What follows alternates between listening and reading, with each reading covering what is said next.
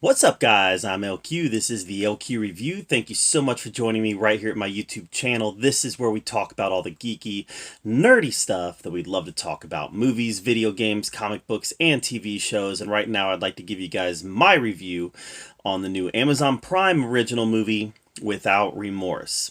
And Without Remorse is based on a Tom Clancy novel, and it stars Michael B. Jordan as the character of John Kelly. Now, John Kelly is a character who we've already seen on TV before, or in movies before. Um, let's see, we saw him in Clear and Present Danger, I believe. I believe if I remember correctly, he was played by William Dafoe. And then I believe that we saw him in The Sum of All Fears, played by Liev Schreiber, I think. So we've seen the character before. Obviously, this is a new iteration of the character. Personally, I think it'd be cool if they crossed this over eventually with John Krasinski's Jack Ryan show. Who knows if they'll do that or not? You know, Amazon Prime owns both, obviously, or at least has the rights to both. So I think it'd be cool if they have like this Jack Ryan extended universe. Like I said, I don't know if that's the direction they're going in, but I think that would be cool. As far as this movie is concerned, was it good or was it bad? It was okay. And that's really all I can say about it. It was okay. It was very generic. It was a very generic action movie. It had some very nice action sequences.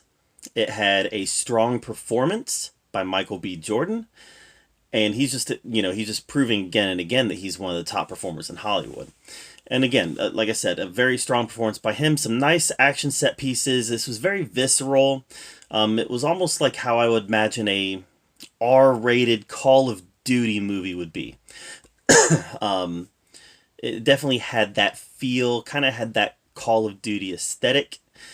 But I think that Call of Duty feel and Call of Duty aesthetic that this movie had really also kind of lent to the genericness of this movie. This movie felt like it was nothing new. Like we've seen this movie play out 100 times. Literally, the plot of this movie is Michael B. Jordan, plays John Kelly, and he gets a bunch of his team members get assassinated by an enemy faction, and his wife and unborn child, excuse me, is killed during the attempt on his life. And this is a revenge movie. So it kind of harkens back to a lot of those 80s revenge movies that we got that were action heavy with action stars doing martial arts and shooting people and stabbing people to get revenge for the death of a loved one. This one isn't exactly the same thing though, because this is very much a military operation that he joins so he can exact revenge. So he's not exactly out there going rogue, trying to take the law into his own hands, Steven Seagal style. He has a mission, and his mission happens to line up with his personal goals. And again, I think that is a little bit that lends to the generic feel of it. I, so while there's a lot to like in this movie as far as the performance and some of the action sequences are concerned, I really felt like this movie gave us nothing that we haven't seen before.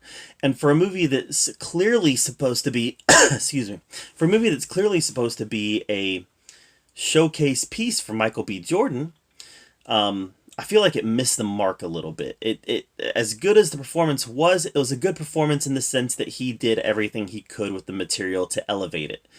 And that's what good actors do, is they elevate the material. But the material wasn't that great.